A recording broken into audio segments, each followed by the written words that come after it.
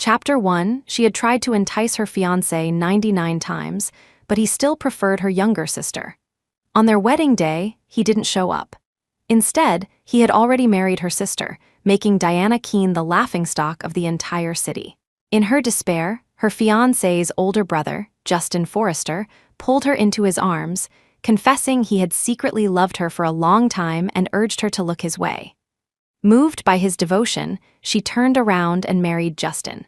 For 5 years, Justin doted on her, giving her anything she desired. Then, he died in a maritime accident. At his funeral, she was so grief-stricken she nearly threw herself onto his coffin.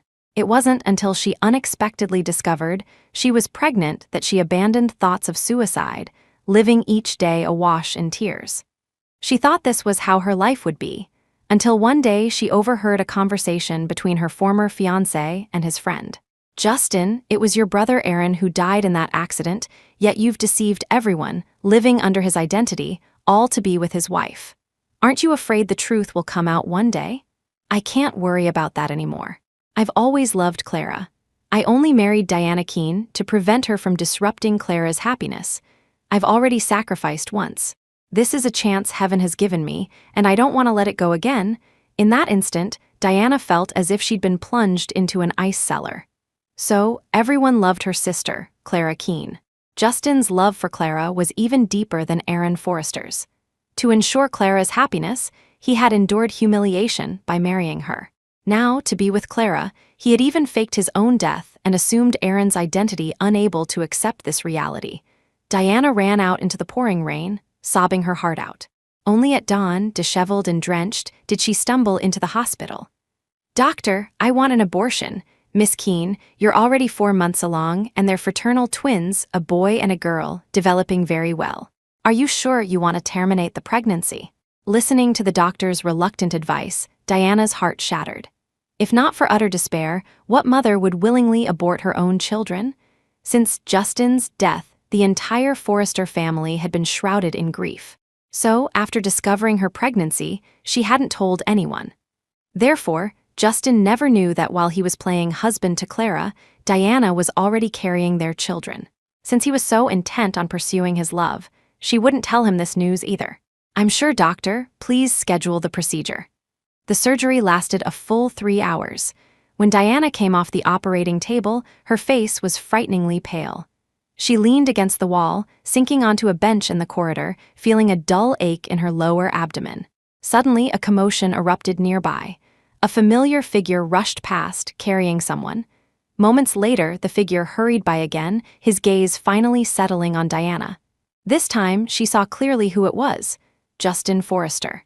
"Quick, come with me," he threw out those words and pulled Diana back the way he'd come. Having just had surgery, the sudden sprint made her feel increasingly unwell, her face growing even paler. But Justin's attention was clearly not on her, so he didn't notice her distress. He didn't stop until they reached the blood donation center. "Her blood type is the same as Clara's." "Draw her blood," Diana frowned, about to refuse, but he pushed her into a chair, ordering the nurses to draw her blood immediately. From start to finish, he never thought to offer her a single word of explanation. Only after seeing the needle enter her arm did he rush off again, anxiously checking on Clara. As the nurses drew her blood, they tusked at his retreating figure. What's going on? Why is young Mr. Forrester in such a hurry? What else could it be?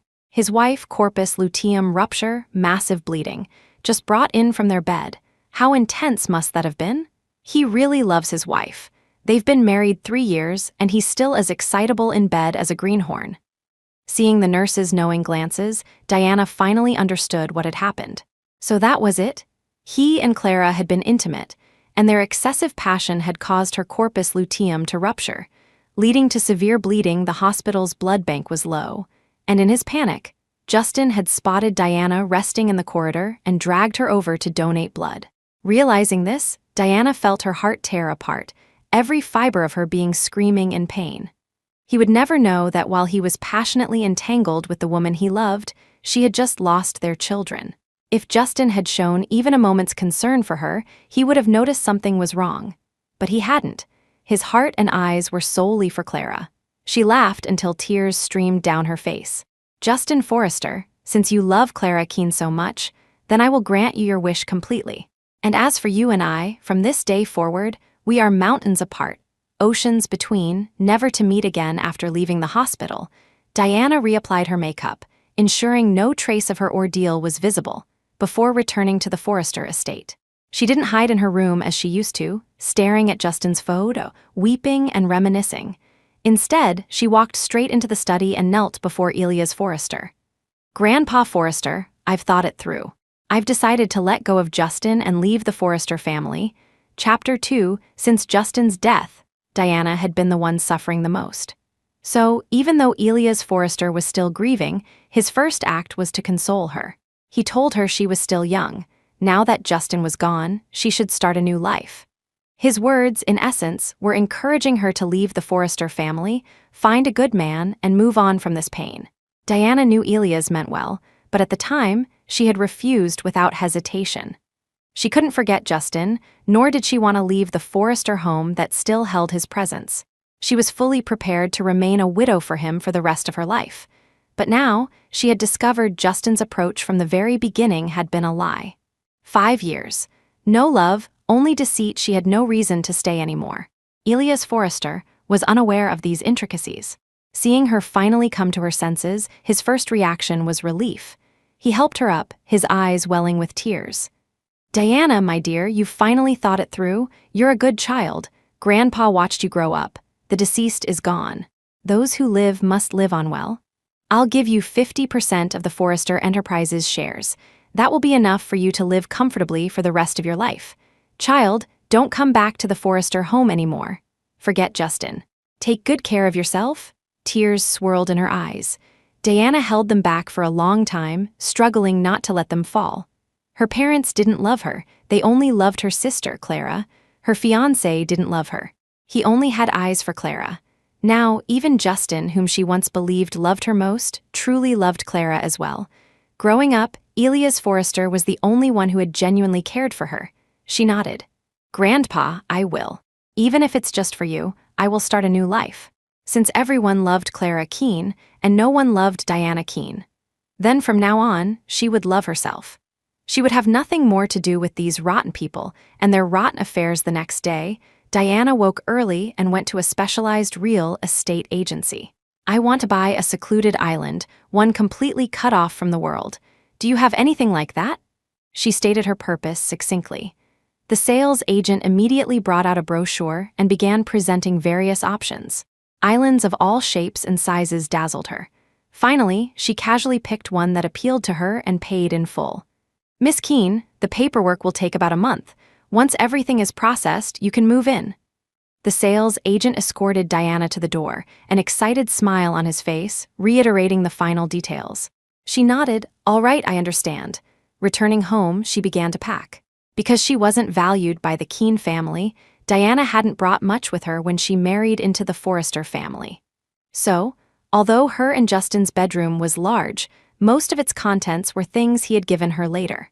The walls were covered with their photos together, couples' keepsakes carefully placed on the counters.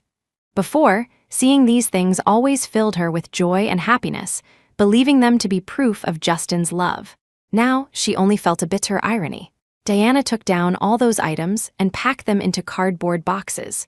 Soon, all memories related to Justin were packed away, the boxes filled to the brim. Diana carried the boxes out and unceremoniously dumped them all into the trash cans. Just as she finished, she looked up and saw Justin walking towards her. He hadn't intended to greet her, until his gaze casually swept over the discarded boxes and landed on the photos and gifts inside. His eyes instantly hardened, his brow furrowing. She pretended not to see him and turned to leave, but he suddenly called out to her. Diana Keene, why are you throwing these away? If I remember correctly, aren't these your memories with my brother? Her footsteps faltered slightly, a sneer rising in her heart. She turned back to him, her tone still calm. It's been so long, it's time I moved on. Moved on? At her words, his expression changed abruptly. He grabbed her hand fiercely. What do you mean? Let go, you're hurting me. Feeling the pressure on her wrist, Diana frowned and forcefully shook him off.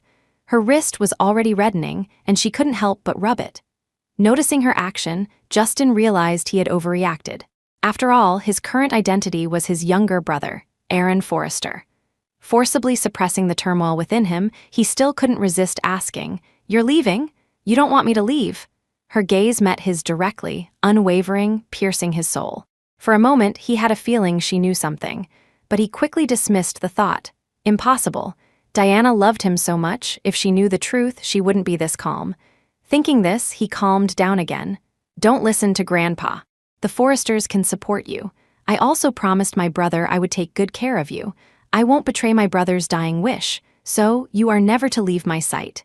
Hearing this, Diana let out a desolate laugh. She suddenly couldn't understand Justin Forrester. She didn't understand. If she left, wouldn't everything be perfect? He could stay by Clara's side forever, no longer needing to feign affection for her, constantly worried she might see through his act. If so, why did he seem so unwilling to let her go? Seeing the tears in her laughing eyes, Justin's heart jolted slightly. Just as he was about to speak, his phone rang. Chapter 3. Suddenly, a phone rang. Justin glanced down, his expression instantly softening. He answered the call, and Clara's voice came through. "Hubby, is the soup ready yet? I'm hungry." Justin's tone was gentle.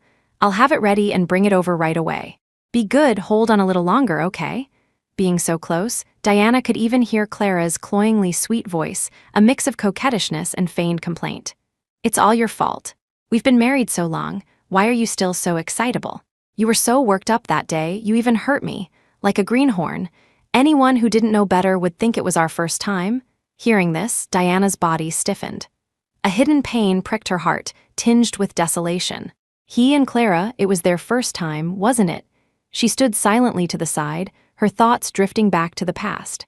Married for 5 years, although Justin had spoiled her rotten, during their intimate moments, he was always cool and unresponsive, going through the motions as if completing a task. At the time, she had attributed it to his personality, as she had never seen him emotionally intense in daily life. If he hadn't become Aaron Forrester this time, she probably would never have known that when he obtained the person he loved, he could be so agitated as to lose all composure. By the time Diana snapped back to reality, Justin had already hung up and gone to the kitchen to make soup.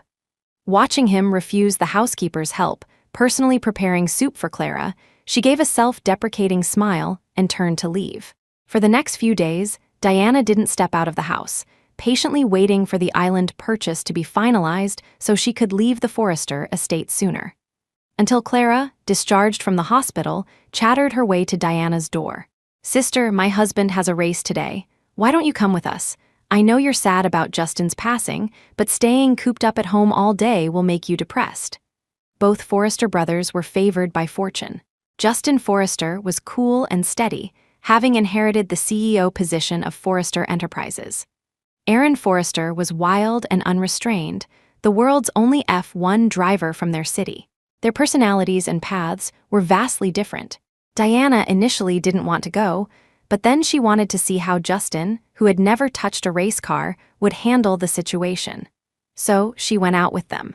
At the racetrack, Clara went off to find Justin, leaving Diana to wander aimlessly. Not far away, a voice suddenly reached her. "Are you out of your mind? You'd even tamper with the brakes just to stay by Clara Keene's side?" The familiar name made her stop. She also recognized the speaker, one of Justin's friends, David Miller. Last time, it was their conversation that had led her to discover the earth-shattering secret. She hadn't expected to overhear them again. "I don't even know how to race. If I don't mess with the brakes, I won't be able to keep up this charade." "Even if you can hide it for a while, you can't hide it forever, Justin. I know you love Clara, but she's your brother's woman. And you have your own love, Diana.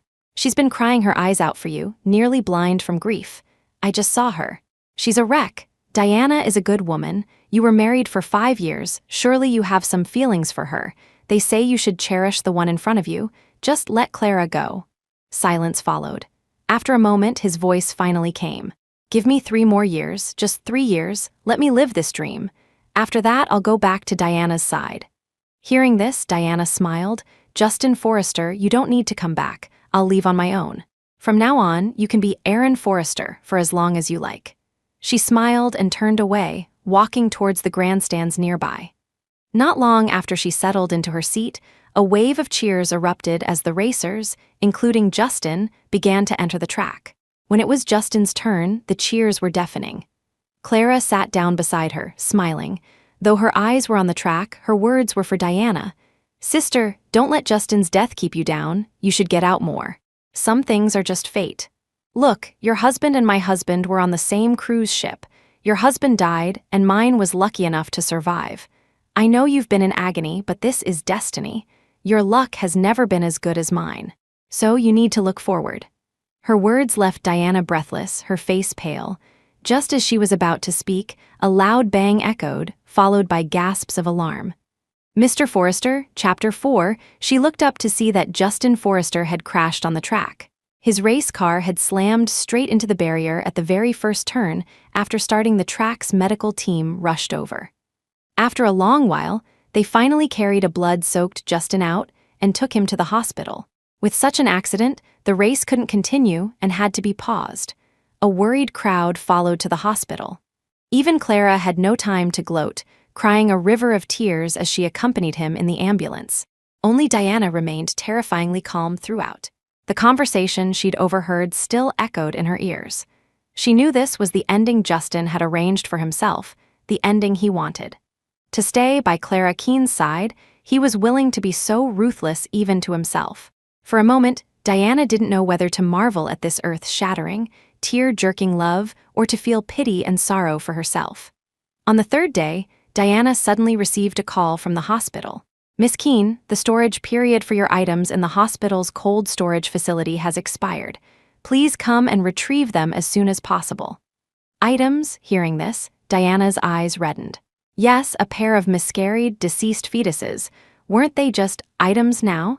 She could almost recall the painful scene from that day. She struggled to control her emotions. "Okay, I'll be right over." After hanging up, Diana rushed to the hospital. She was about to retrieve her things when, passing the inpatient ward, she accidentally saw Justin. A doctor stood by his bedside, shaking his head and sighing, his eyes full of regret. "I'm very sorry, Mr. Forrester. This accident has caused severe damage to your left wrist. I'm afraid you won't be able to race anymore." Clara was hunched over at his bedside, crying inconsolably at the news. Justin gently comforted her. "Don't cry, my dear. Your tears break my heart. Racing is too dangerous. You were always on edge. I was already thinking of retiring. This accident just sped up my decision. Clara, you used to say I neglected you for racing. Now that I can't race anymore, I can spend all my time with you, can't I? And it just so happens our wedding anniversary is coming up. We'll throw a party, a grand celebration, how about that?" His coaxing tone was obvious, and Clara finally smiled through her tears. She wiped her eyes and even childishly extended her pinky finger to make a pinky promise with him. "Then it's a deal." Diana's heart ached. Unwilling to watch any longer, she averted her gaze and walked towards the cold storage. She hadn't gone far when Clara's voice suddenly came from behind. She turned to see Clara, panting, catching up to her. "Sister, why did you come to the hospital without letting us know?" Without waiting for an answer, Clara began chattering on her own. "Aaron needs to rest these few days. It's not suitable for him to receive visitors. I'll take care of him here. Sister, you should just go back. Coincidentally, in just 2 weeks, it will be our 3rd wedding anniversary. He said he wants to host a banquet at the Elysian Ballroom that day. You must come, sister, and don't forget a gift." Seeing the provocation and triumph in her eyes, Diana lowered her gaze, silent. 2 weeks later. That would also be the day she left the Forrester family. After a moment, she smiled and nodded. "All right, I'll be sure to prepare a grand gift for you both then." Having received a satisfactory answer, Clara sauntered off. Diana watched her retreating back, took out her phone to make a call, and continued towards the cold storage. After a short wait, the pre-arranged staff member arrived. She wrapped the deceased fetuses she had just retrieved from the cold storage and handed them to the person, her eyes glinting. 2 weeks from now, please deliver this to the Elysian Ballroom. Hand it personally to Aaron Forrester. This is the grand gift I want to give him." Chapter 5, after handling everything, Diana returned home alone. She had just arrived at the Forrester estate when her phone chimed with a notification. She opened it. It was from Marcus Keene, her father. "You rebellious girl, you think getting married has made your wings so tough. How many years has it been since you last came home? Tomorrow is my birthday banquet, you must attend." Every word dripped with accusation. Diana lowered her eyes and replied with only 2 words, "Understood." It was true, Diana hadn't been home in a very long time. After all, the only one ever welcomed in that house was Clara. She had long grown used to it. Ever since they were children, Clara had been the apple of their parents' eye. No matter how Diana tried to please them, in their hearts, she could never compare to a single coquettish plea from her sister. Later, when she learned she was engaged to Aaron Forrester of the Forrester family, she had thought marrying him would finally give her a home. So she had offered him all her sincerity, but he had dismissed it, his eyes only for Clara. Then, Justin Forrester, who had silently protected her, became the most unique ray of light in her life. She fell for him, her heart stirred, believing him to be her only support in this life. But in the end, she discovered this too was a lie. Everyone loved Clara. She gave a self-deprecating smile, closed her phone, unwilling to look at it anymore. Anyway, this would be her last meeting with Marcus and Alina Keene. The next morning, Diana, along with Clara and Justin as Aaron, arrived at the birthday banquet. As they boarded the lavishly decorated yacht, Marcus and Alina Keene approached, beaming. They immediately surrounded Clara and Justin. "My dear daughter, it's been so long, and you haven't even called to check on your parents. Let Mom and Dad see if you've lost any weight." Though phrased as a reprimand, there was no hint of blame in her tone. Clara nestled affectionately into her parents' embrace. Justin looked on with doting eyes. The group of them looked like a perfectly happy and harmonious family. Only Diana was excluded. "Dad, happy birthday." She stepped forward and presented the gift. She had prepared a painting by an artist her father greatly admired, which she had bought at considerable expense. Hearing her voice, Marcus and Alina Keene merely glanced at her coolly, grunted in acknowledgement, and then waved a hand. A housekeeper stepped forward, took the gift box from her, and without even unwrapping it, casually tossed it onto a pile of other gifts. Seeing this, Clara quickly presented the tea she was carrying, smiling playfully. "Happy birthday, Daddy. This is the birthday gift I prepared. It was a bit rushed, so I just bought something handy. Sorry about that. Quick, see if you like it." Marcus and Alina eagerly took it, unwrapped it on the spot, and examined it from all angles, smiling so broadly that the wrinkles at the corners of their eyes deepened. They nodded repeatedly. We love it, Daddy loves anything Clara gives. Quick, take this tea back and store it carefully. Don't let it spill." Anyone present could see that the tea was commonplace, nothing rare. In comparison, Diana's gift at least had sentimental value and monetary worth. Yet their parents' attitudes were diametrically opposed. After their conversation, Marcus and Alina Keene led Clara towards the ballroom, none of them sparing Diana another glance. Fortunately, she had long grown accustomed to such cold treatment and had anticipated this outcome for her gift, so she didn't feel too much sorrow. Halfway through the banquet, Marcus Keene stood in the center of the stage, cleared his throat to draw everyone's attention. Holding a microphone, he looked lovingly at Clara standing beside him, and then his voice spread to every corner of the ballroom. "Today, besides celebrating my 60th birthday, I have another announcement to make. From this day forward, I will transfer all my assets to my younger daughter, Clara Keene." Chapter 6. As his words fell, the ballroom fell silent for a moment, then a buzz of discussion erupted. "Mr. Keene is giving all his assets to Miss Clara. Did I hear that right?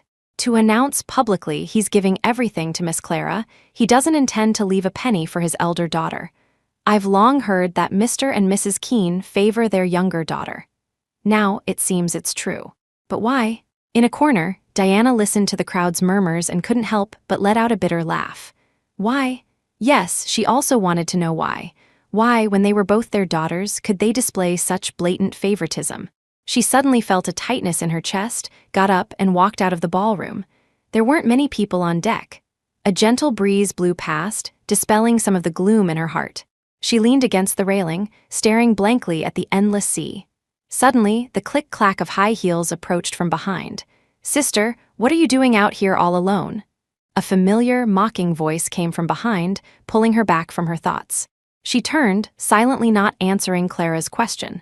Clara didn't mind.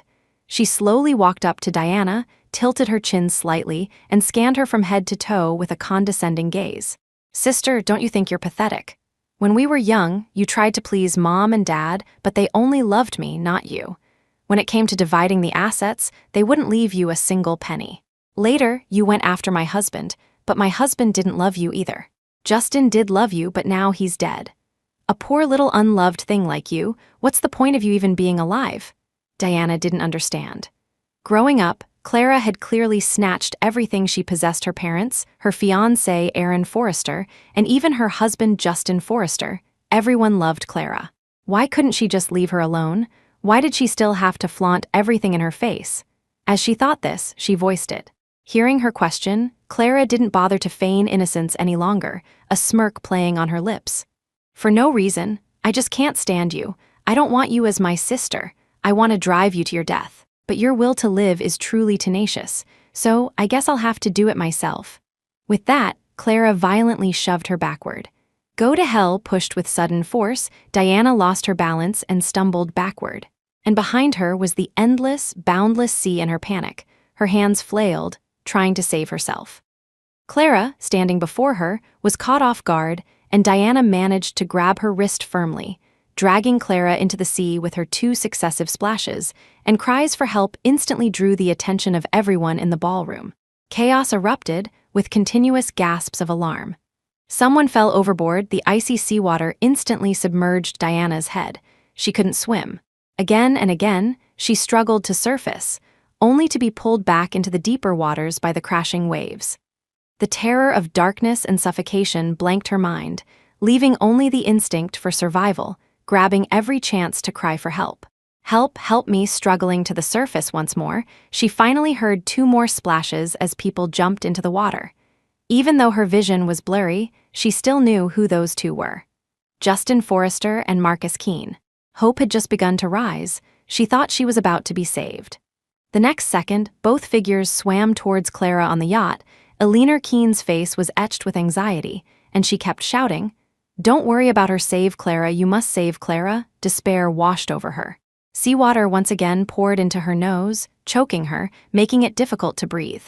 The prolonged struggle and the icy water gradually sapped her strength. When the next wave hit, she sank completely. In the end, Diana was pulled out by the yacht's lifeguards.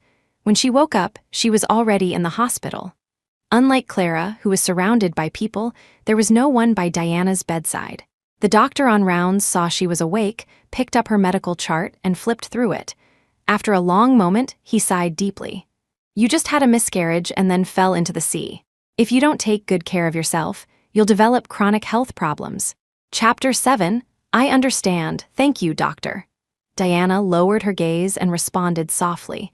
The doctor gave a few more instructions and then left the room. As he reached the doorway, he brushed past Justin Forrester, who was standing there. Justin strode into the room and sat by her bedside, looking at her without a word.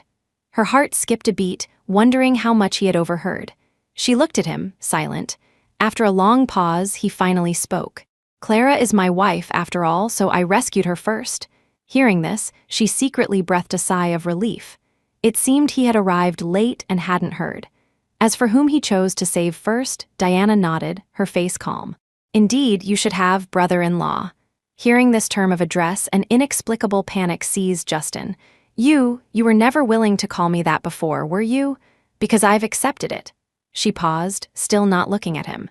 "Accepted the fact that no one loves me." Her voice was so calm, so devoid of emotion, that just hearing her say it made his throat feel dry. He tried to persuade her. "There's still my brother."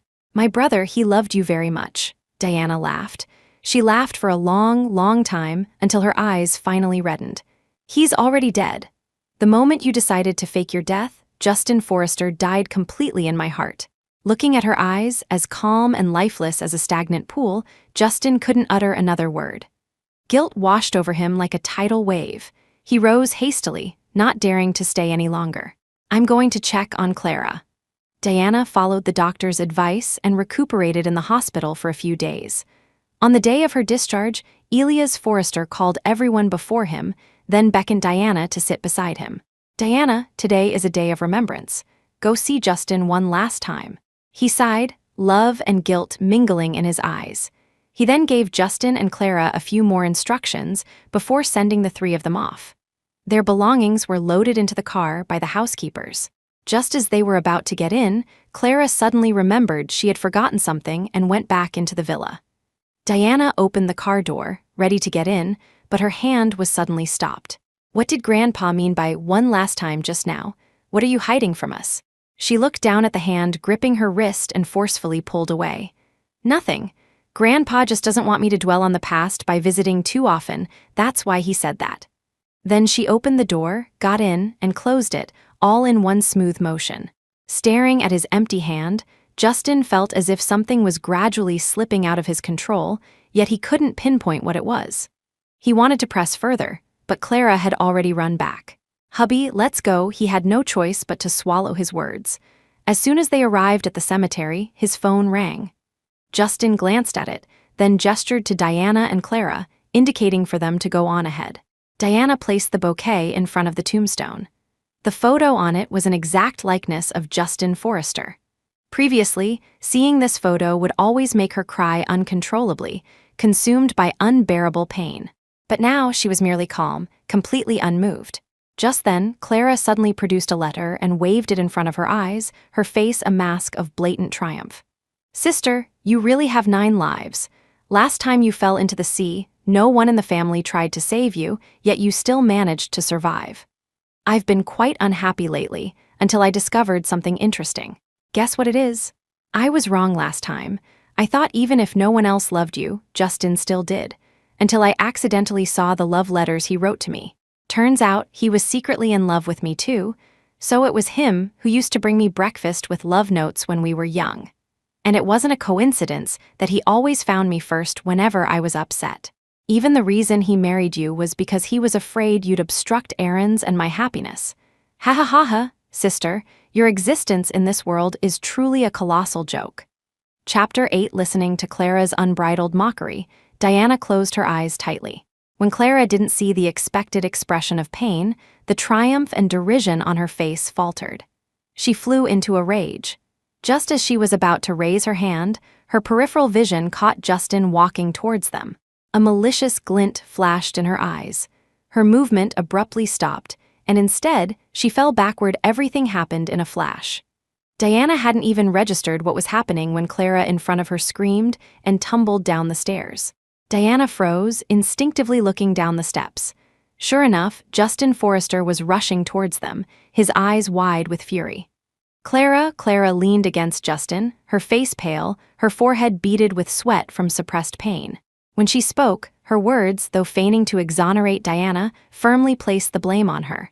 "Hubby, don't blame sister. She's just too heartbroken over her husband's death. I'm fine, I didn't," Diana instinctively tried to explain, but her words were cut off. Clara's choked sobs fueled his anger, and words tumbled out without thought.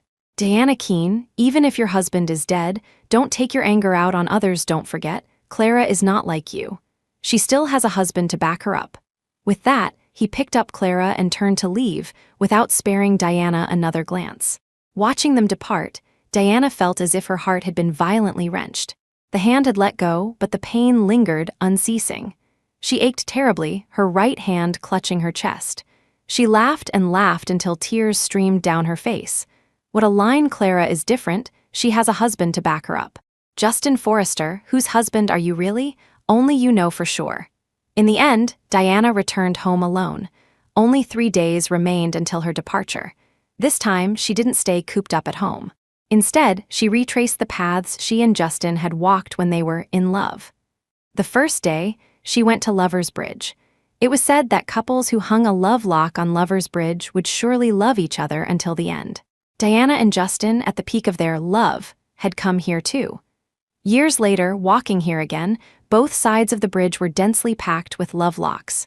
Diana walked to the very center of Lover's Bridge, and, from among the layers of metal, instantly spotted the one they had hung together.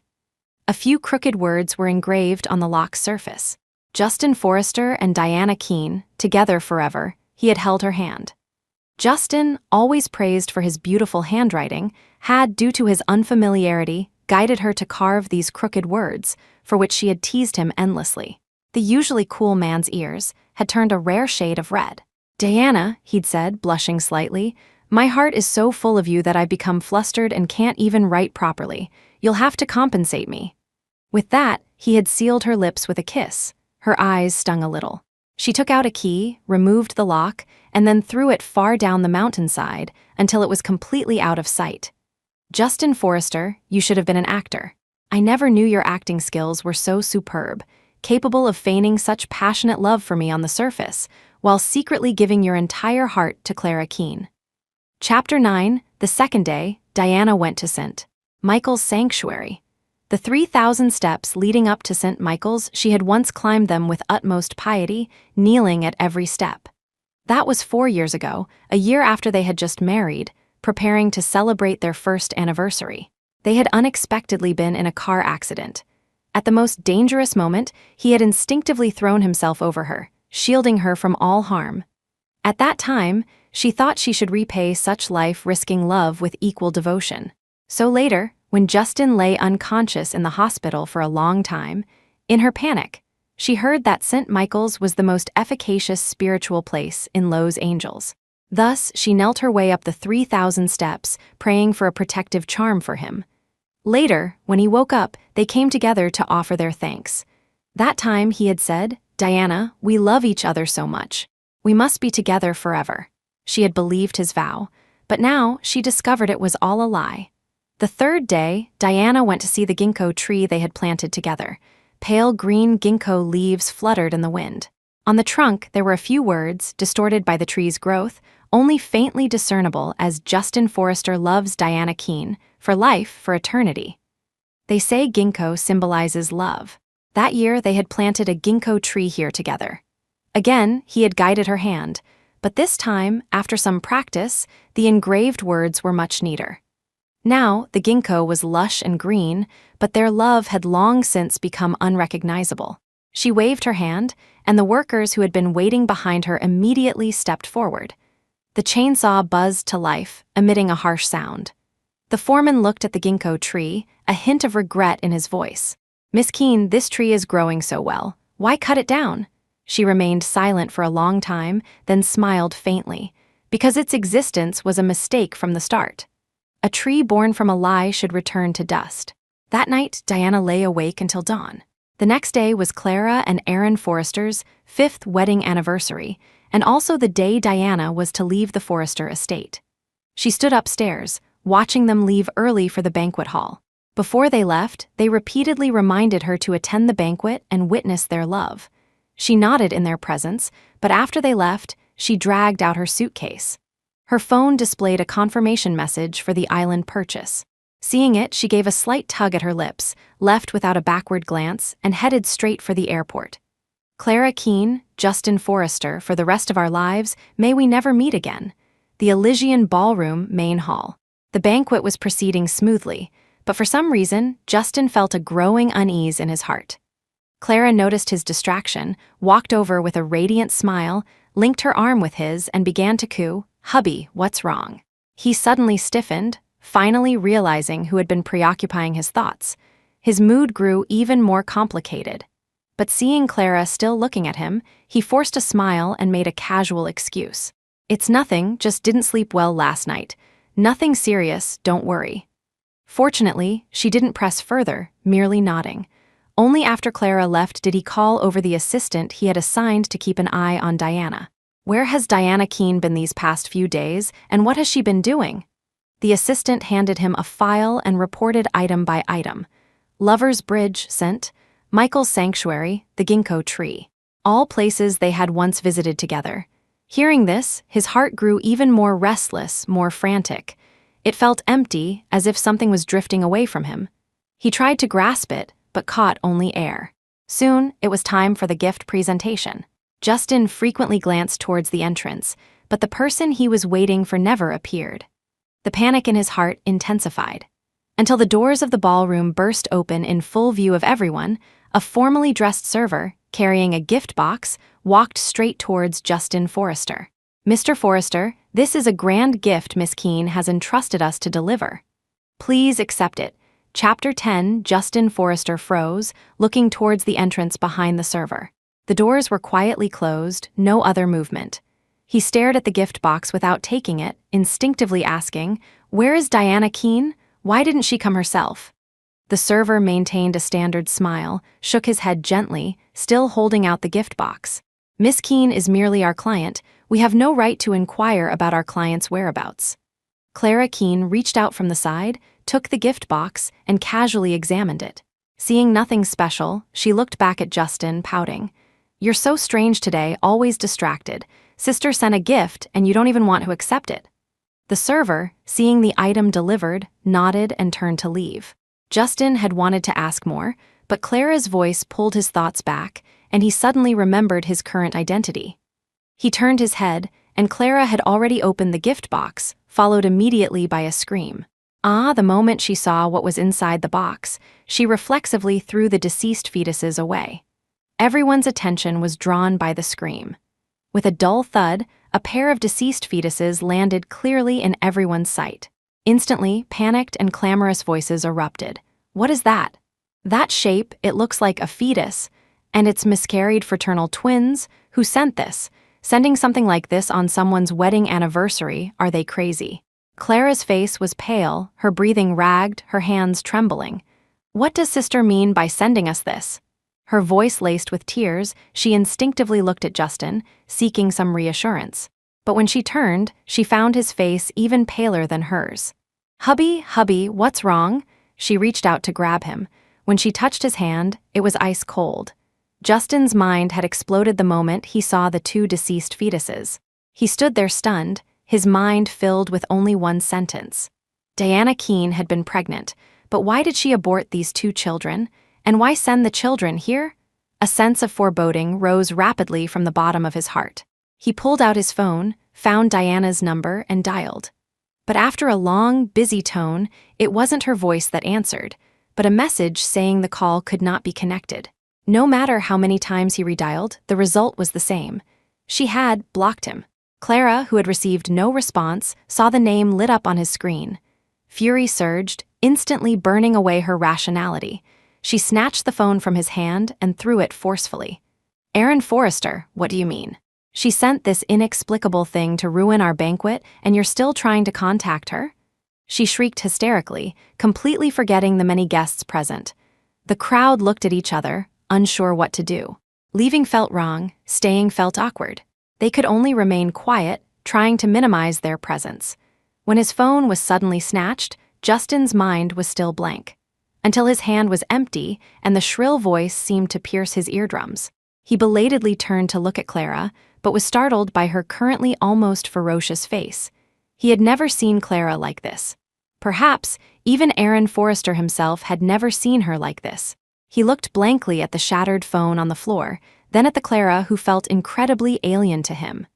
His rationality gradually returned, but he just stared at her fixedly, without speaking. Perhaps sensing her own loss of composure, or perhaps feeling the surrounding silence, she opened her mouth, then suddenly fell silent again, putting on a wronged expression as she met his gaze, as if accusing him of neglect. Chapter 11, I just wanted to ask her what she meant. After a long pause, Justin Forrester finally spoke, answering her question, yet the doubt in his eyes towards her hadn't diminished in the slightest. Clara Keene, ever since she was a child, had always been seen by them as gentle, kind, and well-behaved, yet lively and spirited. This was why they had all subconsciously favored her. Some say that the side of a person revealed in extreme anger is their true self. At this moment, Justin couldn't help but wonder if the persona she had shown them before was her true self. The suspicion in his eyes was undisguised. Clara took in that flicker of strangeness in his gaze, feeling a pang of regret. She quickly forced her eyes to redden and began to explain, "Hubby, I'm sorry. I didn't mean to lose my temper with you just now. I was just so scared when I saw that thing, and you weren't paying attention to me." In an instant, pity once again took an upper hand. Justin quickly had someone clean up the mess, sent the guests away one by one, and then returned to the Forrester estate with Clara. While arranging for the disposal of the deceased fetuses, on a whim, Justin secretly had someone collect them and send them to the hospital. Not long after, another sample was also sent over. He wanted a paternity test. When Justin and Clara returned to the Forrester estate, they didn't see Diana Keene, which was within their expectations. To be capable of sending deceased fetuses to their wedding anniversary banquet, she must have been prepared to avoid them both for the near future at least. But no one was willing to let her off the hook just like that. That night, after Clara had fallen asleep, Justin quietly got up, crossed the long corridor, and went to Diana's room on the other side. He gently pushed the door open. The moment he turned on the light, he suddenly froze. The room was empty. The original furnishings had all been cleared out. He walked towards the wardrobe, took a deep breath, and then yanked it open. Apart from his own things, there was no trace of Diana. Instantly, Justin heard a buzz in his head. He quickly moved to other areas. The walk-in closet, the bathroom, even the study he searched. But nothing. Still nothing.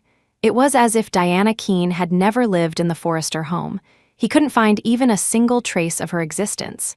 Elias Forrester frowned, emerging from his room. Seeing Justin frantically searching for something, he tapped his cane on the wooden floor. "What's all this commotion?"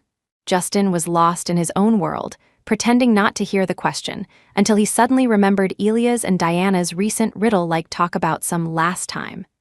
As if grasping a life-saving straw, he rushed to Elias, his voice trembling. "Grandpa, where's Diana? Why are all her things gone?" Diana left.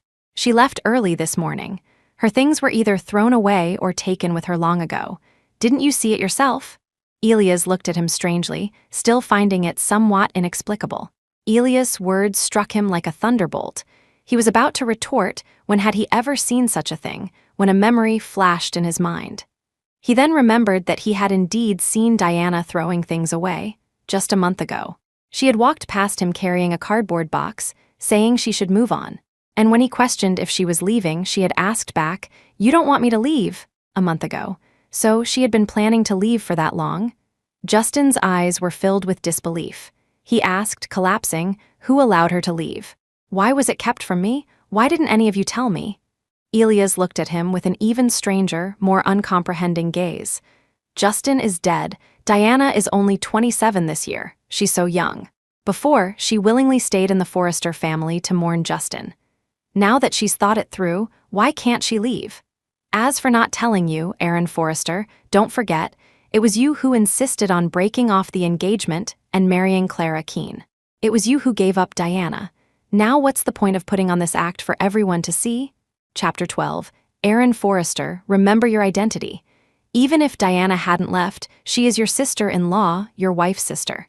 I don't care what thoughts you have, you'd better keep them well hidden and stop entertaining such improper ideas. Elias Forrester's face was stern. He threw down these words and turned back to his room, leaving Justin standing there as if doused with a bucket of cold water. His face was pale, his breathing ragged, his chest heaving violently. Elias' words were like two knives, plunging straight into Justin's chest, making it impossible for him to escape, whether as Aaron Forrester or Justin Forrester. As Elias had said, he himself had given up Diana Keene. If he were Aaron Forrester, he should have stayed away from Diana, respected her as his sister-in-law instead of forcibly keeping her by his side. If he were Justin Forrester, from the moment he chose to fake his death and assume Aaron's identity, he had already abandoned Diana. If he were to confess, his time with Clara would be considered incest, and he would face universal condemnation. Justin clenched his fists, his whole body trembling. Two conflicting emotions battled in his mind. One said, "You love Clara, don't bother about her." The other, however, whispered, "Justin Forrester, can you really bear a future without Diana Keene?" After a long pause, just as Elias' figure was about to disappear into the darkness behind the door, he suddenly spoke.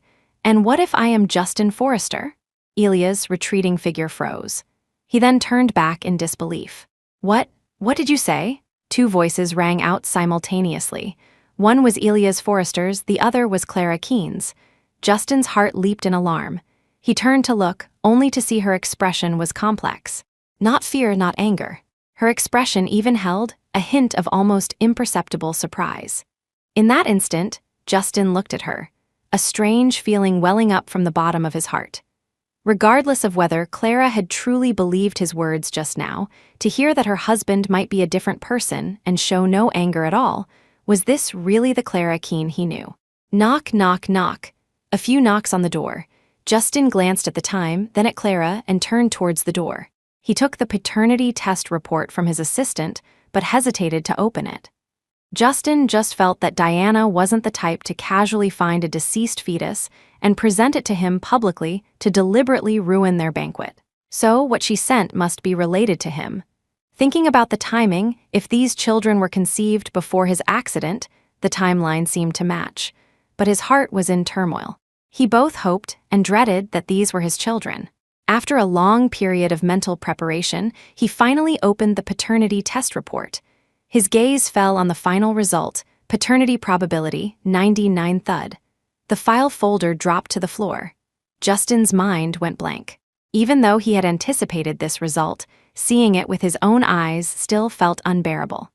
Those were his children. Elias Forrester picked up the paternity test report from the floor. He, too, was stunned when he saw the 99 figure. Looking at the dumbstruck Justin, his cheeks twitched, his breathing quickened, but he forced himself to remain calm. "What is this? Whose is it, and with whom?" Hearing Elias' question, Justin's lips trembled for a long time, his eyes turning red. After a long while, he explained in a quavering voice, "Today, at my and Clara's wedding anniversary banquet, the gift Diana sent was a deceased fetus. I had a paternity test done. This is between me and that deceased fetus." He collapsed to the ground in despair. Elias was no better. The hand holding his cane trembled as he pointed at Justin. "What you just said, is it all true?" By now, how could Elias Forrester not understand? If he were merely Aaron Forrester, Diana, who had vowed to never remarry for Justin's sake, would not have aborted the child without a word upon discovering her pregnancy. If he were not Justin Forrester, even if Diana had still decided to abort the child and leave, she would not have sent the deceased fetus to the banquet.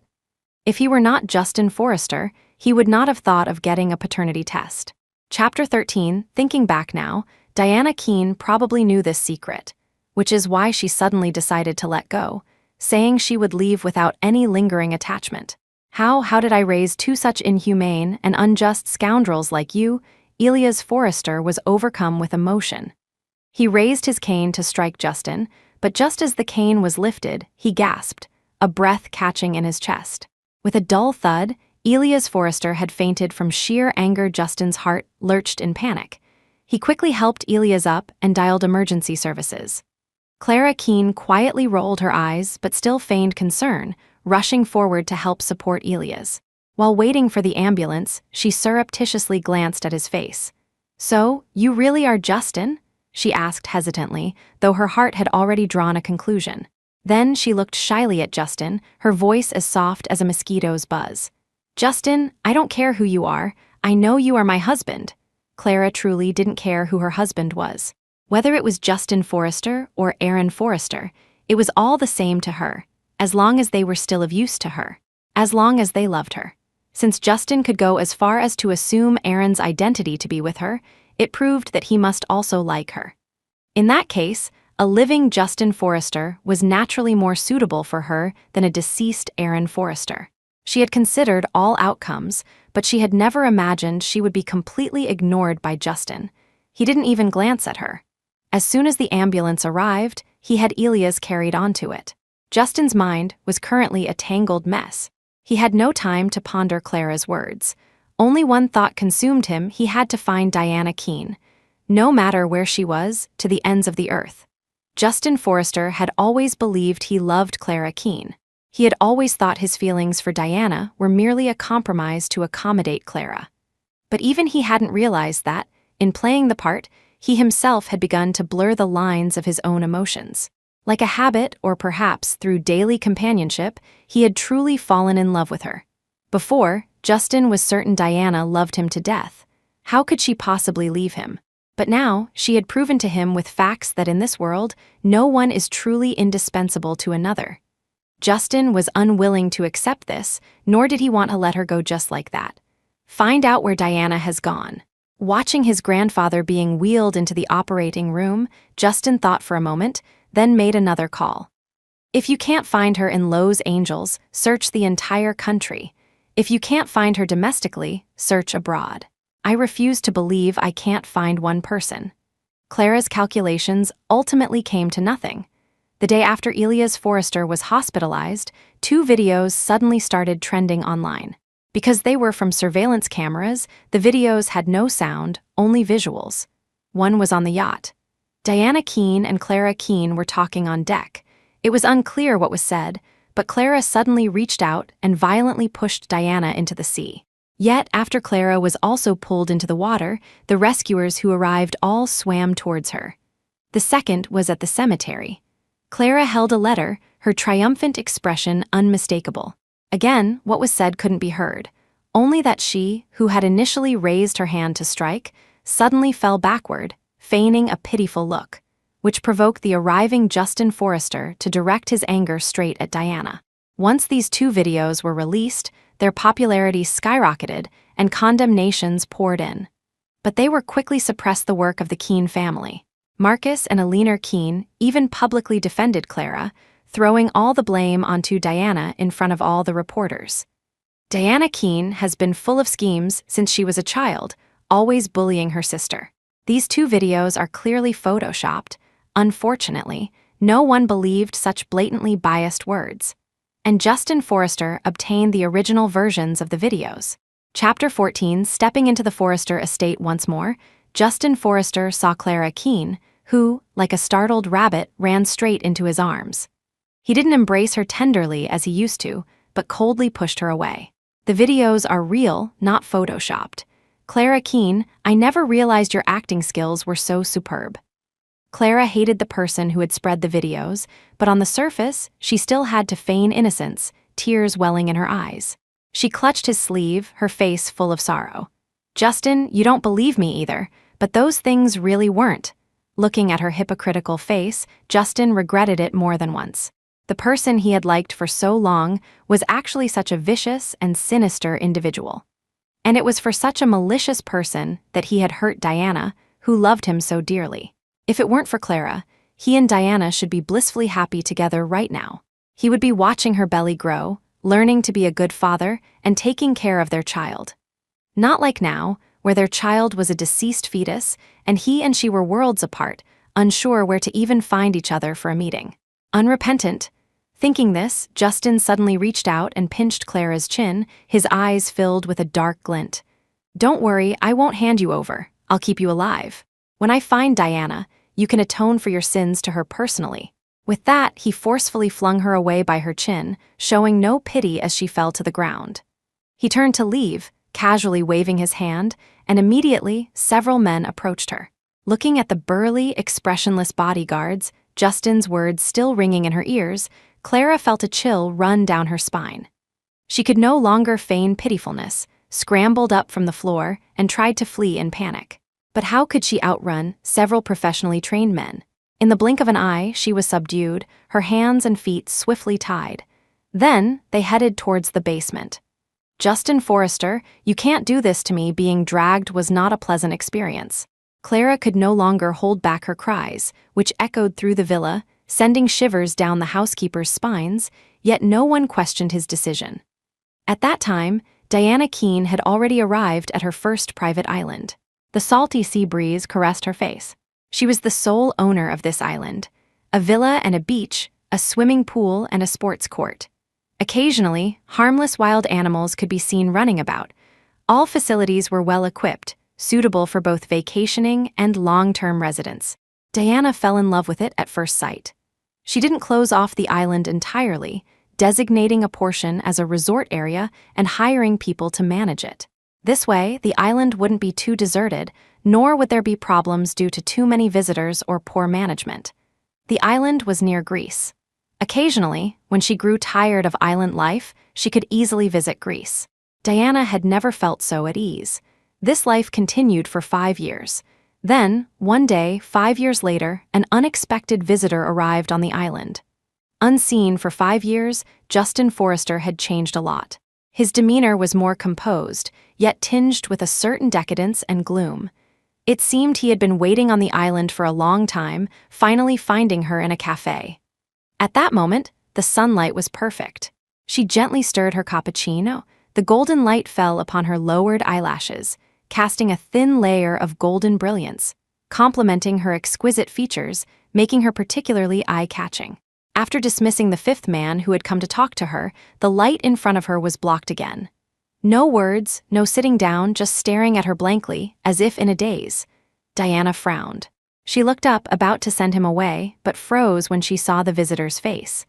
Losing interest in staying, she drank all her coffee in one gulp. Just as she rose to leave, her wrist was grabbed. "Long time no see, Diana." Justin's voice was hoarse, his expression a mixture of surprise and carefulness. She pried his fingers off one by one, without answering, without even a second glance. She was pretending not to know him. Chapter 15, unable to tell if it was joy or disappointment, Justin Forrester didn't dare to press too hard, merely following her step by step, until she stepped into the private area and a diligent bodyguard intervened, blocking him. "Sir, this area is not open to the public. Please stop here." Diana Keene didn't look back. She had hidden away on this private island to escape the people from her past. Moreover, given her relationship with Justin, it wasn't enough to warrant her making an exception. Watching her retreating figure, never once looking back, Justin felt a pang of disappointment and a twinge of sorrow. In the years without news of Diana, every day had felt like an eternity to him. Tossing and turning in bed, he couldn't help but wonder, in the 3 months after his accident, had she suffered just as much? But then again, it seemed she had suffered even more. After all, he knew she was still alive, just unsure where in the world she was.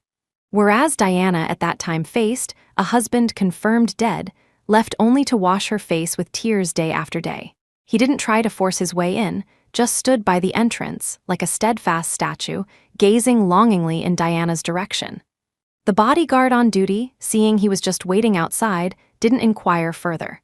Meanwhile, Diana returned to her villa and skillfully opened her laptop, starting to look up news. For the past 5 years, she hadn't paid much attention to news from Los Angeles. Justin's appearance signaled a change, and to avoid any unforeseen problems, she decided to check. Looking at the various news items crazily popping up, Diana felt a headache coming on. She randomly picked one news article, and, as she casually scrolled through it, her pupils gradually dilated. What shocked her most was the news of Elias Forrester's critical illness. Diana's heart was heavy. The image of Elias' kind face surfaced in her mind. Her throat felt dry, and her eyes began to sting. Perhaps she should go back, at least to see Elias Forrester one more time. She browsed a few more articles, mostly related to the Forrester family. For instance, Justin Forrester had orchestrated an accident to make Aaron Forrester completely disappear.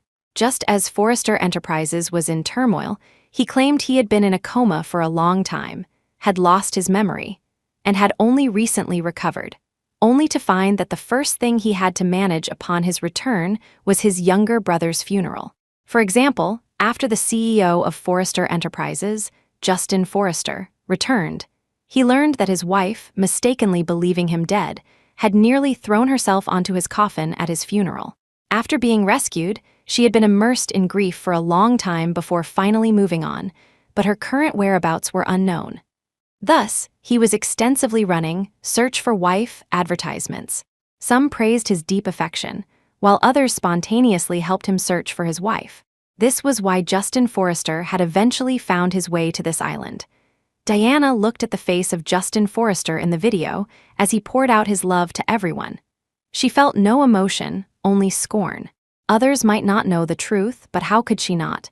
She had thought that when she sent him that deceased fetus, she had already made their situation clear. They would have no future, never. Diana also saw the video of Marcus and Alina Keene announcing they had disowned her.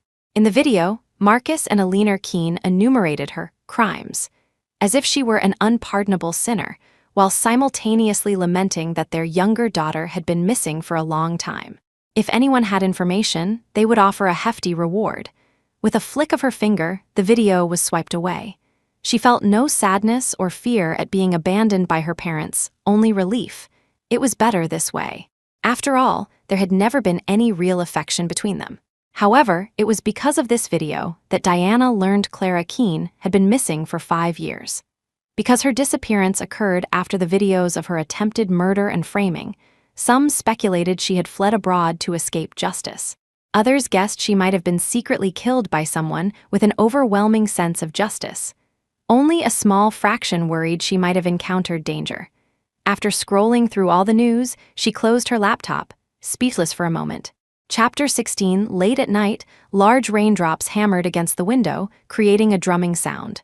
Diana Keene was awakened by the rain. Barefoot, she padded across the soft carpet. The white curtains billowed gently, and a few raindrops sprinkled in through the slightly ajar window. She went to close it.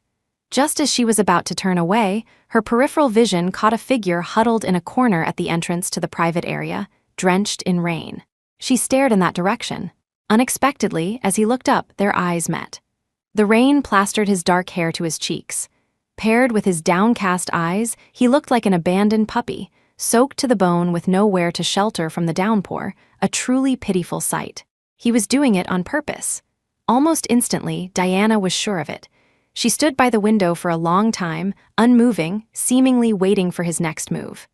After a long while, she sighed, changed her clothes, grabbed an umbrella, and went out. The rain was truly heavy. Even with an umbrella, in the short distance, she felt tendrils of coldness seeping into her exposed skin from all directions, making her shiver. Her slippers were soaked, the decorative fur now matted and bedraggled. Finally, she reached Justin Forrester. She raised her hands slightly, offering him the other umbrella. He looked up at her, rainwater streaming down his face, causing him to blink more frequently. He looked utterly broken.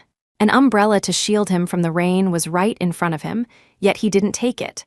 When he stood up, he was a head taller than her, forcing her to tilt her head to look at him. Diana said nothing, merely extending the umbrella further in his direction. "Can we talk?"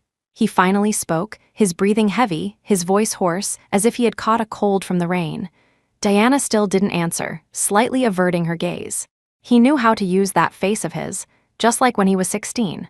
He had approached her with that handsome, albeit slightly boyish, face, and under the booming explosion of massive fireworks, he had confessed to her for the first time. He had said, "Diana Keene, I like you. Can you be with me?" At that time, she had heard her own heart pounding wildly. But perhaps Justin had forgotten. That time, she hadn't accepted his confession. And now, she lowered her eyes, her tone devoid of any ripple.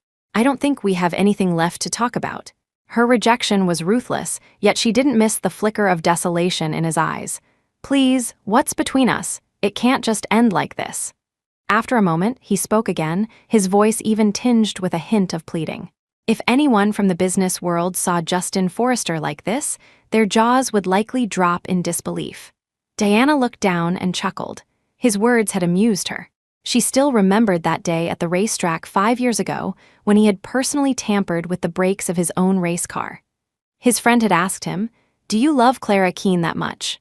You'd risk your life just to stay by her side?" He had answered without hesitation, like a sharp knife plunging straight into her chest, "Yes."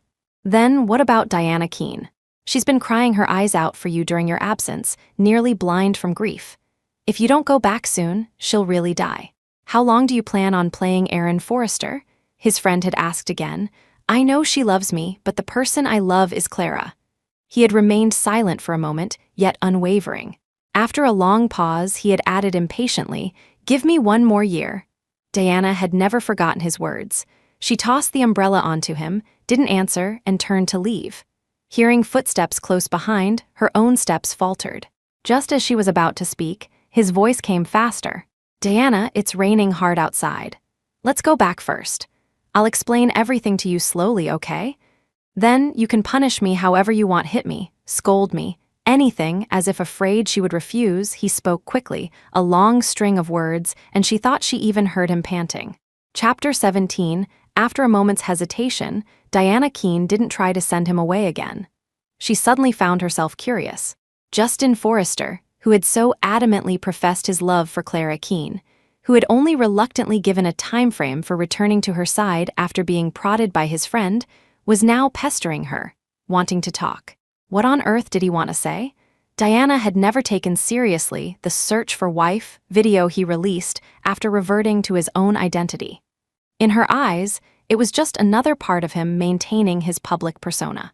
After all, before the maritime accident, both Forrester brothers were renowned in everyone's eyes as deeply devoted men, with Justin being even more so. It wasn't surprising that others were fooled. Even she, caught in the middle of it, hadn't detected the hypocrisy in that relationship. It couldn't be that he still didn't know she had discovered his faked death. He was, after all, the CEO of Forrester Enterprises. He couldn't be that slow-witted. Sure enough, after following her into the villa, the warm air hit him, and Justin Forrester couldn't help but sneeze. Since she had already let him in, and seeing his disheveled state, she glanced at him, then quickly looked away. She didn't rush him, just tossed out 2 words, "Wait here." With that, she picked up her phone and made a call. Soon, someone delivered a new set of men's loungewear, a towel, and cold medicine. The person placed the items on the table and left without a word. Justin looked at him, then at the things on the table. The gloom on his brow instantly dispersed, and a wide smile spread across his lips. "Diana, thank you." She didn't respond, merely pointed in another direction. "There's a bathroom over there. Go take a shower first. Remember to take the medicine, I don't want to catch your cold." With that, she turned and went upstairs, not looking back. Only after returning to her bedroom did Diana realize she hadn't told him which room to sleep in. But then she thought about it and didn't go back downstairs. He had managed to find his way here. Surely, he could find a place to sleep. Thinking this, the drowsiness from being awakened finally overcame her. She yawned, pulled up the covers, and fell into a deep sleep. The next morning, after Diana had freshened up, she realized Justin hadn't seemed to come upstairs. She was slightly in a daze, but quickly returned to normal. The housekeeper was already familiar with her routine and always managed to serve a hot breakfast just as she came downstairs. No one paid any attention to Justin Forrester, curled up asleep on the living room sofa. It wasn't until Diana finished her breakfast and walked into the living room that she finally saw him. The sofa was narrow, and Justin wasn't sleeping very soundly. She reached out and felt his forehead. It was still a little warm. Not a major issue. So she thought, about to withdraw her hand. Just as she took a step back, a warmth that wasn't hers emanated from her wrist. "Diana," she jumped, startled. Looking down, she saw he wasn't awake yet, just talking in his sleep. Silent for a moment, she tried to pull her hand away. As if sensing her struggle, he gripped it even tighter. Diana's brow twitched.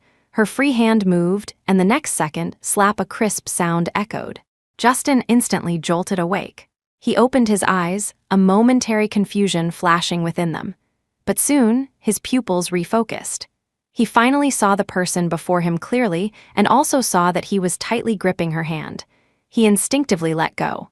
Seeing her withdraw her hand without any change in expression, he sat up, feeling a little annoyed. A rare moment of contact, and he had let it go just like that. While he was secretly annoyed, Diana had already stood up, calmly sat down on the other side, and then looked at him, a hint of confusion in her eyes. "Why were you sleeping here?" Justin fell silent, then hesitantly replied, "You didn't tell me where to sleep, so he stammered, as if complaining to her about being neglected. But he waited a long time and received no response. Quietly looking up, he only saw her still expressionless face. A flicker of disappointment crossed his heart. In fact, he had done this deliberately, wanting her to see that he had truly changed, and also wanting her to return to his side. The Diana Keene before him was still gentle, like an unguarded rabbit. But beneath that softness was a defense he couldn't break through. Chapter 18, the housekeeper prepared another meal. Justin Forrester silently ate the food in his bowl. After the meal, Diana Keene looked at him and finally asked the question he had initially wanted to ask but had been avoiding. "All right, what is it you really want to tell me?" His eyes darted away. He opened his mouth to speak several times, then finally lowered his head. After a long pause, his voice came out choked with emotion. "Diana, I'm sorry. I truly know I was wrong. I once thought I truly liked Clara Keene and that I would love Clara for a long time. I thought my feelings for you were just a compromise, that I wouldn't love you, that my feelings for you were just habit. It wasn't until after you left that I realized I was wrong, terribly wrong. Diana, I love you. I can't live without you." His sincere, heartfelt confession, made more poignant by the catch in his voice, was enough to bring tears to one's eyes. He finally looked up, the corners of his eyes red, looking utterly broken. Diana looked at him, suddenly feeling a sense of incomprehension. Her past self might indeed have been moved by these words, but hearing them now, her heart felt no stirring whatsoever. "I don't believe you," she said, her eyes showing no flicker of emotion. Justin Forrester, how can you expect me to believe you?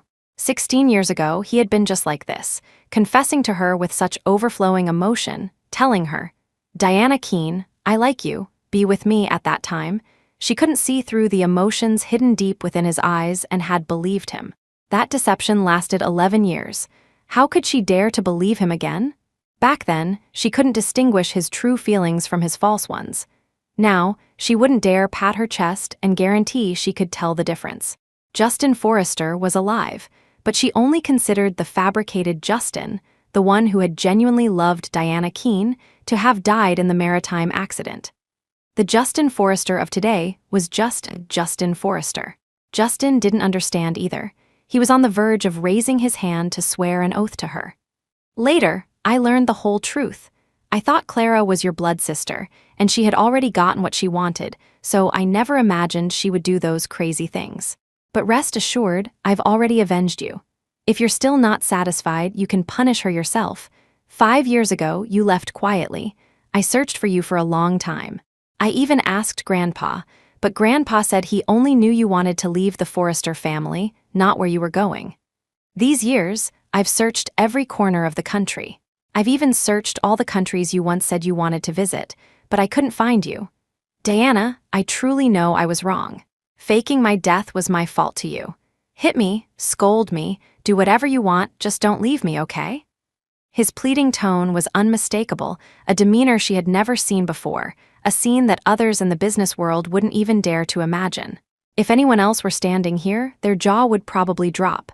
Anyone else might have softened at this, but the person facing this scene was Diana Keene. She shook her head, her refusal unhesitating. You don't have to be like this. I never said you couldn't be with Clara. Who you want to be with is none of my concern. It's just, Justin Forrester, I will never believe you again. As these words fell, Justin felt as if a thunderbolt had struck him, leaving him stunned. He stood up, distraught, his lips trembling, tears finally breaking free and streaming down his face. He shook his head repeatedly, trying to move her by invoking their past. No, I don't want to be with anyone else. Diana, please listen to my explanation. It was all my foolishness before. I didn't see Clara's true colors. I only want to be with you. Have you forgotten, Diana, all the happy moments we shared?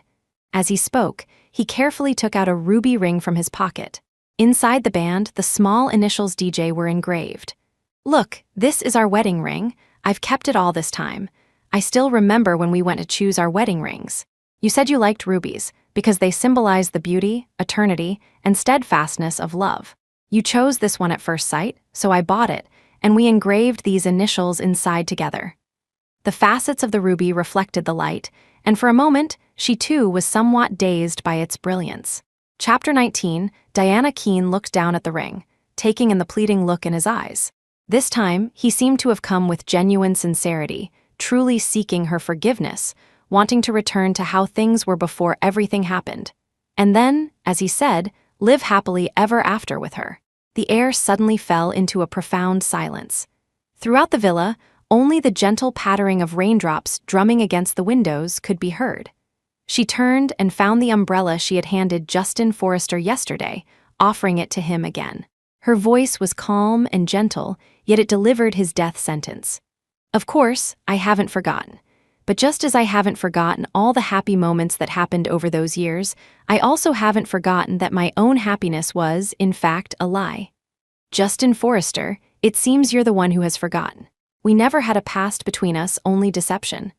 The rain has lessened today. Here's your umbrella. You should go back. I'll pretend we never met this time. With the dismissal given, all of Justin's hopes vanished. He stood up dejectedly, an air of despondency surrounding him. He took the umbrella from her hand. Before stepping out, he asked, still clinging to a sliver of hope, Diana, is there truly no possibility at all between us? Diana had said such words too many times. She no longer wished to repeat them. A silent, oppressive atmosphere hung between them. In the end, it was Justin who broke first. He turned and walked away with heavy steps. Just as he was about to step out the door, he suddenly turned back, his voice already filled with disappointment. Grandpa's health has been very poor recently. The doctor said he might not last much longer. He has always doted on you, and he's been very worried without news of you these past years. "Diana, come back with me. At least let Grandpa see you again." This was his last hope, his final resort. If even this couldn't soften Diana's heart, he didn't know what else he could do to make her agree to return with him. But fortunately, this time, she indeed did not refuse again. The plane streaked across the sky.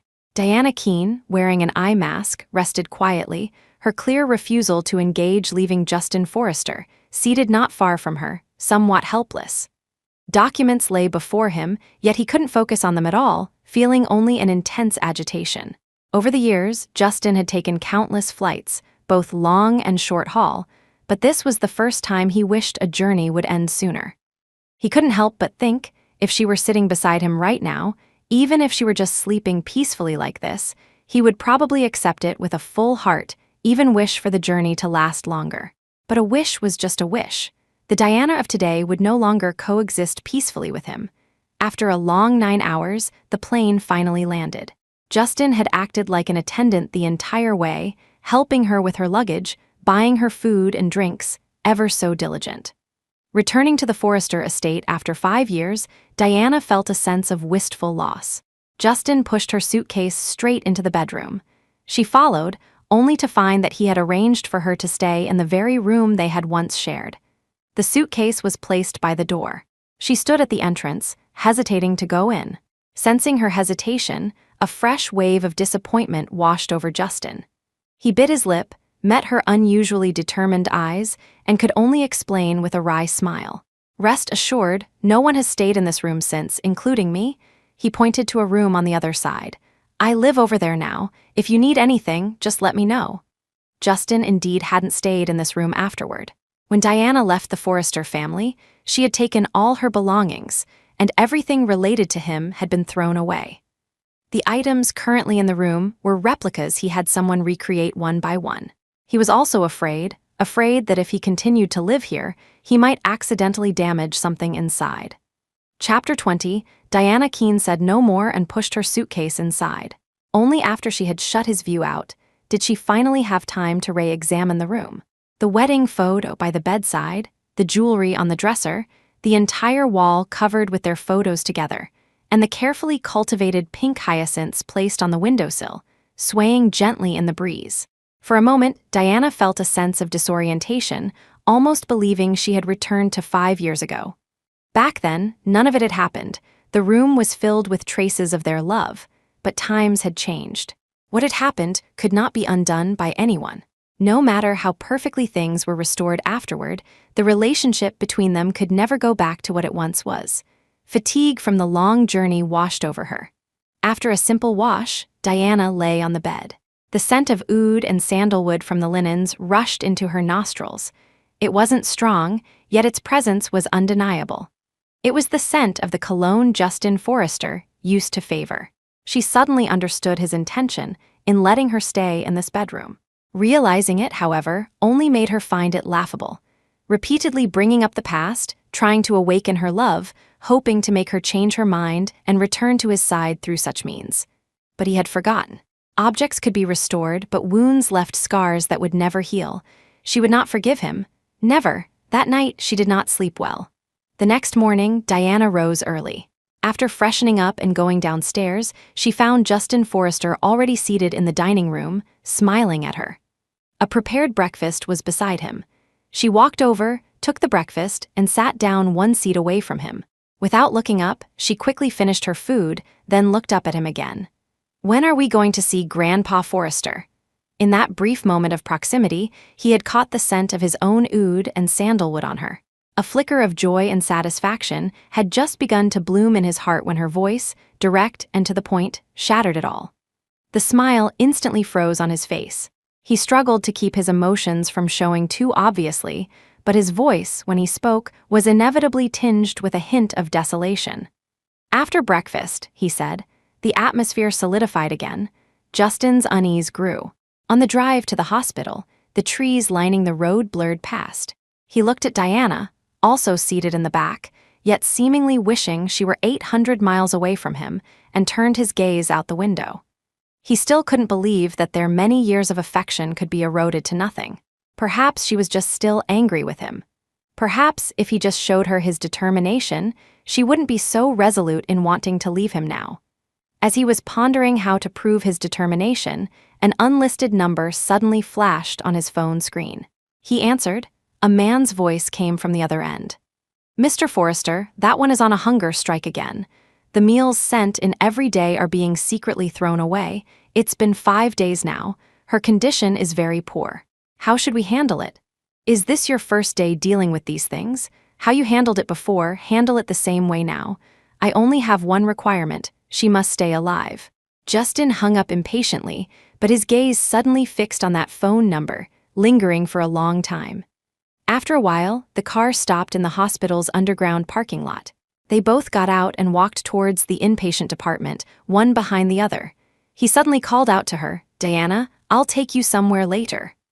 Diana raised an eyebrow, waiting for him to continue, but he abruptly changed the subject. He led her to the elevator and pressed the button for the 3rd floor. Soon, with a ding, the elevator arrived. He very naturally switched topics again, no longer mentioning that matter, but instead began talking about Elias Forrester. "You changed your contact information these past few years. Although Grandpa doesn't say anything, I know he misses you very much. He'll definitely be happy to see you today." Chapter 21, they chatted as they pushed open the door to the hospital room.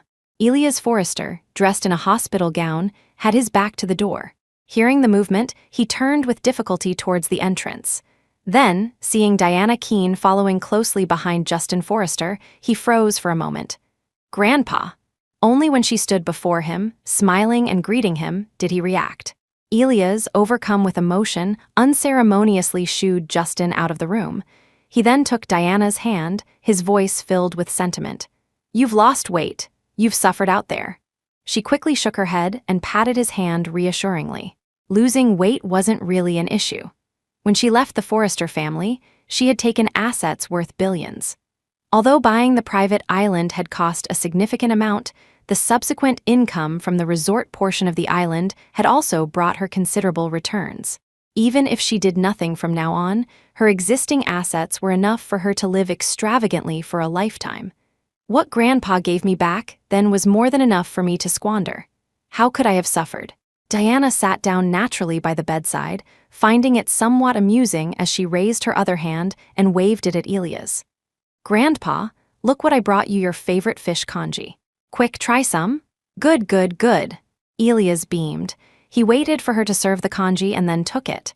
The fresh aroma wafted through the air. He took a small bite, and the fragrance bloomed on his taste buds. He nodded repeatedly, not at all looking like the critically ill person rumored online. After finishing the congee, he lay back on the bed, looked at Diana's cautious demeanor, and waved his hand. "When you get old, you're not as useful and you get sick easily, but it's nothing serious. Don't listen to those rumors outside. What major problem could I have? It's you. Why did you suddenly come back? Did you encounter some difficulties?" Diana quickly waved her hands, feeling a pang of guilt as she saw Elias' worried expression. Elias Forrester was the person who had doted on her most since she was a child. When she wanted to leave the Forrester family, he hadn't tried to stop her and had even given her such substantial assets, ensuring she wouldn't have to worry about food and drink for the rest of her life. But what about her? To avoid Justin and those people, she had hidden away on that private island for 5 whole years, never once thinking of coming back to visit Elias. Perhaps sensing the guilt in her eyes, Elias sighed and lovingly stroked her hair. "Diana, I only found out later what outrageous things Justin did. It's no wonder you suddenly decided to leave back then. This matter, it's our Forrester family that owes you. You don't have to compromise or agree to any of Justin's demands just for my sake. Just follow your heart." "I know." Tears welled in Diana's eyes. Outside the door, Justin watched the 2 figures, one old and one young, and the desire to keep her there intensified. Diana chatted with Elias Forrester for a long time. Midway, Elias even called Justin in, as if instructing and warning him not to think of bullying Diana. He agreed to everything. Only when the sun gradually dipped behind the mountains and the setting sun's glow cast upon the earth did the 2 of them leave the hospital. The car headed west. The Forrester villa was to the east. She was lost in thought for a good while before remembering that when they went to the hospital, he had indeed said he wanted to take her somewhere, but had refused to say where when asked. When they reached their destination, they got out of the car one after the other. Diana looked at the unfamiliar villa, still somewhat puzzled. Why had he brought her here? Justin didn't answer, instinctively wanting to take her hand, but she quickly avoided it. Ever since he had grabbed her wrist while checking her temperature at the villa, her vigilance towards Justin had significantly increased. Looking at his empty hand, he felt a little disappointed and awkward. He shook his hands, gave a couple of awkward laughs, and walked into the villa with flustered steps. Diana glanced at him again, pondered for a moment, and then followed. She also wanted to see what new trick he planned to pull this time. Chapter 22, the villa appeared perfectly normal on the surface. Housekeepers bustled about, attending to their tasks. When they saw Justin Forrester, they would pause their steps or activities to greet him, until with a creak he pushed open a hidden door. A dark passage spiraled downwards, like an endless abyss, threatening to swallow any presumptuous ants. In that instant, 1,000 strange thoughts flashed through her mind. Fortunately, the next second, Justin reached out and turned on the light. The winding staircase leading down no longer seemed so terrifying. He started down first. Diana hesitated for a moment between turning to leave and following, ultimately choosing to go down. As she descended the stairs, she first scanned her surroundings. Unlike the exquisite luxury and grandeur upstairs, this basement was likely designed initially just for storing miscellaneous items. Piles of clutter in the corners had accumulated thick layers of dust. In contrast, the path leading to a room in the deepest part was, perhaps due to frequent passage or some other reason, relatively dust-free. Justin beckoned. The bodyguard stationed at the room's entrance immediately produced a key, unlocked the door, and also switched on the room's light. Thus, everything within the room was finally, completely revealed to Diana Keene's eyes. In one corner of the room, on a makeshift bed constructed from just a few wooden planks, Clara Keene's hands, feet, and neck were all shackled with iron chains. Her clothes were filthy and tattered. It was impossible to tell how long it had been since they were last changed. Beneath the torn fabric, crisscrossing scars were visible. The glaring light made Clara instinctively shut her eyes. Before she could adjust to the brightness, 2 sets of footsteps reached her ears. Fear made her shrink further into the corner, but already chained there, where else could she hide? The footsteps stopped in front of her. She kept her eyes tightly closed, her body trembling, awaiting the punishment that was about to fall. Finally, a sound came, not the crack of a whip, but a speaking voice. "Diana, look, I really don't like her anymore. I know she did many things to frame and hurt you in the past. From now on, I'll hand her over to you, to dispose of as you wish. How about that?" The moment the name Diana was uttered, Clara's eyes snapped open. She looked at the woman behind Justin in utter astonishment. She wore a pale blue dress, its skirt fanning out like flower petals, a light, dreamlike bow at her waist. She looked like an ethereal fairy, untouched by dust, inviolable. Her beautiful face seemed devoid of expression, yet also, perhaps, full of pity for Clara. But what made Clara even more distraught was that this person, now so high and mighty, was none other than the Diana Keene she had once disdained most. Hearing that her life was now in Diana's hands, she didn't know whether to be angry, to scream, or to feel wronged and terrified. She had been locked in this basement shortly after Diana left. By now, she had long lost track of how much time had passed. She only knew that after about 50 meals of barely edible food, Justin would take her away for another round of torture. Sometimes it was a whip, sometimes immersion in water, sometimes bloodletting. From shouting and screaming to painfully begging for mercy, and finally to numb resignation, she eventually thought of death. She had tried to bash her head against the wall, but perhaps making the decision had already exhausted too much of her resolve. She had hit her head until it bled, but still hadn't died. Later, she tried to strangle herself with the iron chains, but whenever breathing became difficult, she would instinctively loosen her grip. She couldn't overcome her survival instinct. In the end, only a hunger strike remained. But each time, before long, they would force-feed her. If she threw it up, they would start an IV drip. Clara didn't understand. Since Justin hated her so much, why wouldn't he kill her? Until now, she finally understood. Justin's torture was to vent his anger, while keeping her alive was to wait for Diana's return. Would Diana kill her? She didn't know. Chapter 23, Did Diana Keene Hate Clara Keene? Yes, she did. Just as Clara had disliked her since she first understood such things, hadn't Diana felt the same? Growing up, their parents' favoritism was enough to make her detest this younger sister. Later, when her fiancé was snatched away, she couldn't help but wonder, did Clara have to take everything that was hers? Justin Forrester's appearance had been her only light then, her only support. But in the end, she discovered once again that it was all false. Justin loved Clara too. Clara had stolen her fiancé, stolen her husband, and repeatedly tried to kill her. It would only be normal for her to hate Clara. But this didn't mean she wanted to see Clara imprisoned, abused, her life used as a tool for venting anger. Moreover, Clara owed her, but she didn't owe the Forrester family. Diana's pity wasn't just for Clara, it was also for herself. She pitied Clara's plight, and she pitied herself for not having seen through their hearts, for being deceived by them for so long. In the end, Diana took Clara away and did not return to the Forrester estate. When the Maybach stopped at the hotel entrance, Justin Forrester still hadn't figured out why. After he had proven he had long since let go of Clara, Diana had distanced herself from him even more. So, as she was about to open the car door to get out, he suddenly locked the doors, turned to look at her, his eyes full of confusion. Why? Why do you still want to leave me? I've avenged the wrongs you suffered. I've completely let her go. Why do you still want to leave me? Diana just laughed, and as she laughed, the sound escaped her. She looked at him, feeling that the Justin Forrester of today was so unfamiliar, so strange that she seemed to have never truly seen him clearly. Justin Forrester, in your heart, what do you think we are? Have you ever thought about it? Are we toys to be summoned and dismissed at will, tools for you to display your love, or props for your self-indulgent drama? A lightly spoken sentence, yet it made Justin's face instantly turn pale. I didn't, he stammered, trying to explain, but his words were cut off after only 3. Diana looked at him coldly, recounting the things he had done over the years.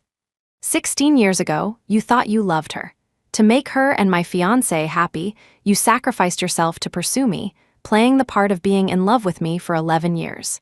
At that time, didn't you feel you were very noble? 5 years ago, Aaron Forrester died accidentally. You took his identity and got together with Clara Keene. You were willing to risk your life for Clara, even tampering with your own brakes, damaging your left wrist so you could never race again. At that time, didn't you think you were deeply devoted? Now you say you love me, that those who hurt me must pay the price. So you imprisoned and tortured her, using Clara to try and win favor with me. But Justin Forrester, the one who hurt me most, isn't it you? Instantly, he was speechless. Justin Forrester wanted to defend himself, but every word she spoke was a harsh reality. She had even guessed his thoughts perfectly. Justin Forrester, everyone says you're devoted. You should listen to your own voice. Your heart is saying you're not worthy. She slanted a glance at him, then tapped on the car window. Open the door. His face ashen, he unlocked the door, watching helplessly as Diana Keene got out of the car with Clara Keene. The car remained parked downstairs, not moving for a long time. Diana's piercing words, "You're not worthy," were like a sharp knife, tearing away all his pretenses. Painful, bloody. And it was at this moment that he finally understood something. The story of Justin Forrester and Diana Keene had ended the day.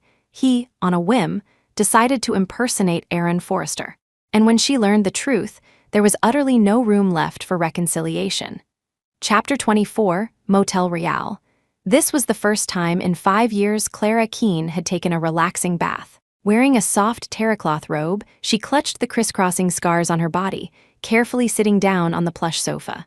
Such a life had once been her norm, now it was an extravagant hope.